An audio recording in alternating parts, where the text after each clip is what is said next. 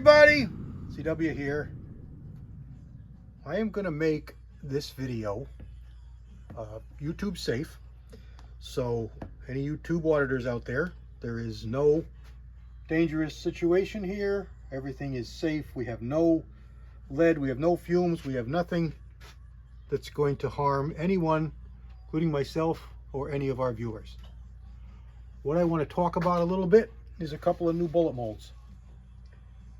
These came in this week. I picked them up from the same seller, found them on eBay, and we've got a 8mm mold and a 6.5mm mold.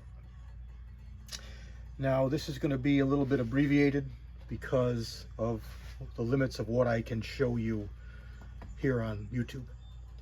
So we have a full video over on Rumble. What we've got here is a couple of molds that were offered by Mid-South shooters.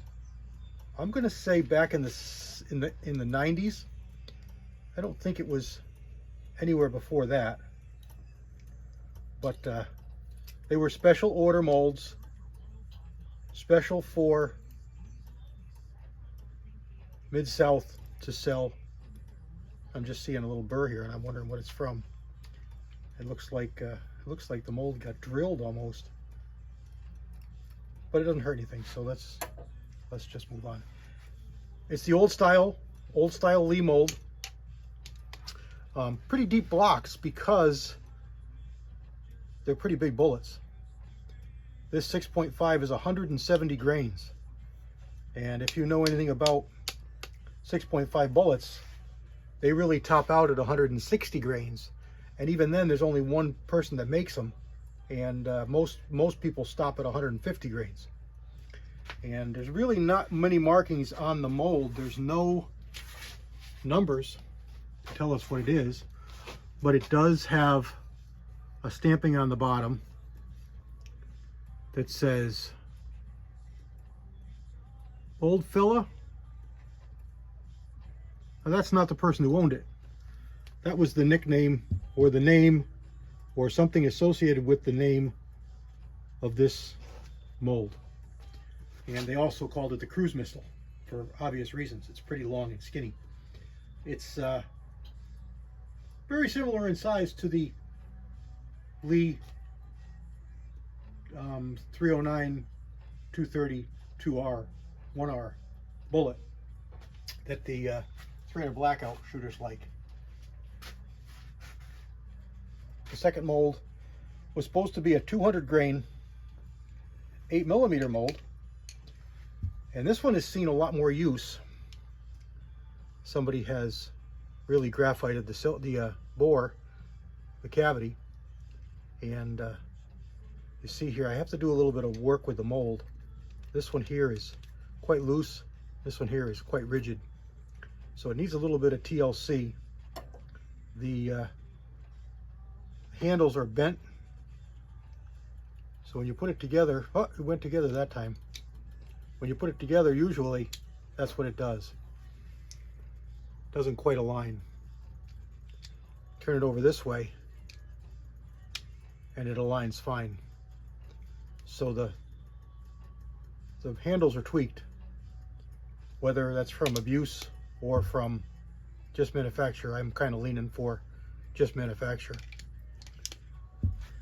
Again, it's got pretty good sized blocks and it's a pretty good sized bullet. These are not backwards threaded like we're used to with the current Lee molds. I just want to look at this one because it doesn't want to close smoothly. So yeah, it's all galled up on the bottom. So it needs some TLC. I literally only washed them and put them on a hot plate.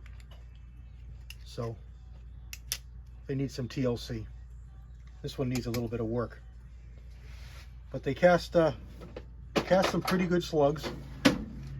Let's take a look at what they drop, and you'll see in a minute. I'll weigh them and measure them for you. But let's just get some good close-up pictures. Hold on tight. I'm going to zoom you in, and I'm going to get out of the sun or out of the light here. Hopefully we can light these up pretty good. So we've got multiple grease grooves, and these are gas check bullets, gas check shank. Good flat bases. You can see the shine off that good flat base. Very small little meat plat. And the shape is reminiscent of a Laverne bullet, but of course the grooves are wrong. Laverne grooves are almost like ribs. They're almost like a tumble lube bullet design, but they're deeper with distinct grease grooves. This has got conventional grease grooves and driving bands, or grease grooves and bands that you're used to seeing on a bullet. It's just got a bunch of them. Again, 240 grains and 8mm. It drops out of the mold. You'll see a head at about 323, 322.5. I only cast up a few of those because I got this mold kin first, and then this one came after. So let's see what we've got over here with the 6.5. This one here is a good looking bullet. A little more conventional in shape. Again, gas check. It's got a little bit larger meat plat and a nose design and a shoulder in front of that front driving band. And then, what is that, 4 grease grooves? 4 or 3? 1, 2, 3, 4. This one here was designed for the 6.5 Swede. I'm hoping that I can get it to shoot in my 6.506, and I'll try it in the Grendel, but only at low velocities because at minimal powder capacity, the Grendel is best served with about 125 grain bullet. So there we go. Let's get these powder coated, weighed, and measured, and see what they look like. Okay, let's put some gas checks on these 6.5s. We're going to use the NOE gas check seeder and some Gator checks from Sage's Outdoors. Good stuff. All right. Just get it started there, straight as you can, true as you can. Put it in here and give it a twist. Give it a couple pulls. And then give it a spin. You can tell right away if it's straight or if you've got it a little bit cockeyed. And once you spin it and look at it, you can tell right away that it's straight and true. Go on to the next one. Your gas check shank. You just take and you seat it onto a gas check. Over here off screen.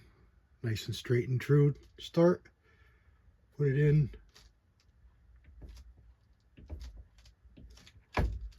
seat it on there good. Basically, you're using your press like an arbor press, and this O-frame Old Pacific here is a real good one. All right, this is kind of like watching paint dry, so there's not a whole lot to see. You're doing it the same way every time. I just got, I don't know, what did I do here? 40 or 50 bullets. And every one is just done by hand, and you spin it to make sure that it's straight. So let's go in speedy mode. All right, we're going to size the bullets and seat the gas checks. And we're going to do it on the APP press. So we got to do a couple of setups here. So we've got to first load in the right size sizer die, and we're going to do let's do 6.5 first. So that one is going to be 266 diameter.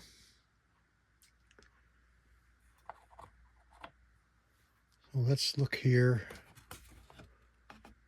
on my sizer dies and get the right size one. 259, 258, 244, 260. 266, I think, is right there. I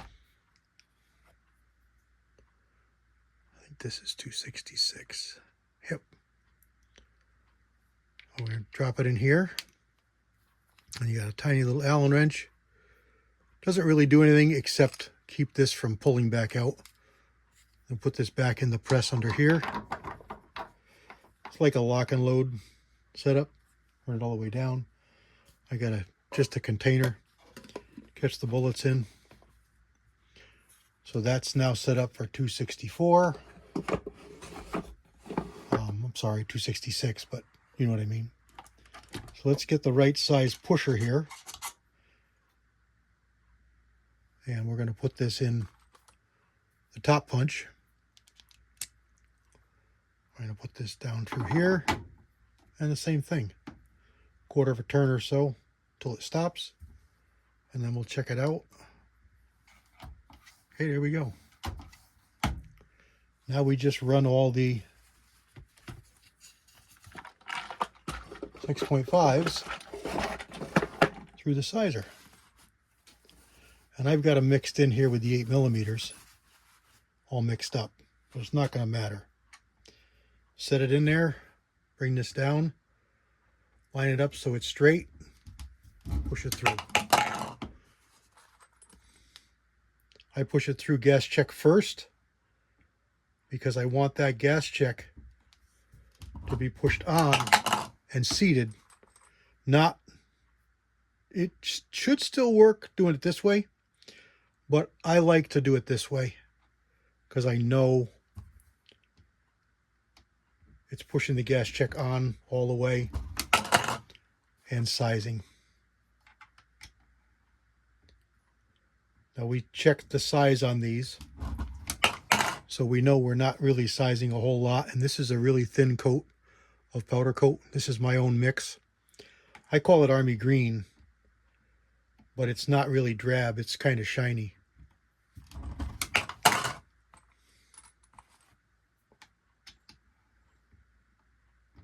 And this would be a problem if it was a pointed bullet, but it's got a small me-plat on it. So it can, this works okay. I got a little bit of movement there in my pusher pin. Let me zoom in for you. Readjust you, hold on. And you'll see what I mean by a little bit of movement here. See the pin move? Line it up so it's straight. Then it pushes straight down. And it's pretty easy to do. It doesn't take a great deal of force. So it's okay.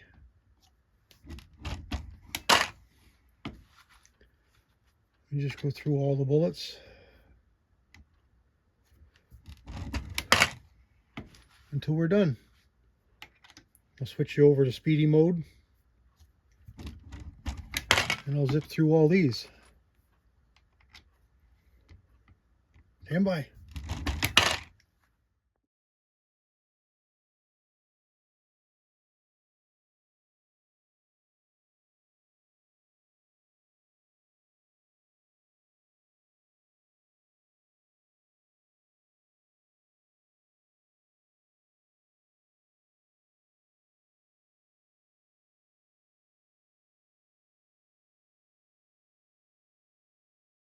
And there we go. We're all done.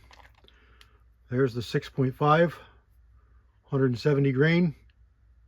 That's a really, really heavy for caliber bullet. And here's a 240 grain 8mm. And that's a wicked heavy for caliber bullet.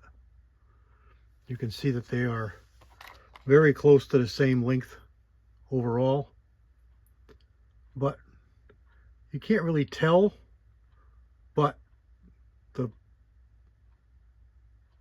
these three bands are the ones that are 325.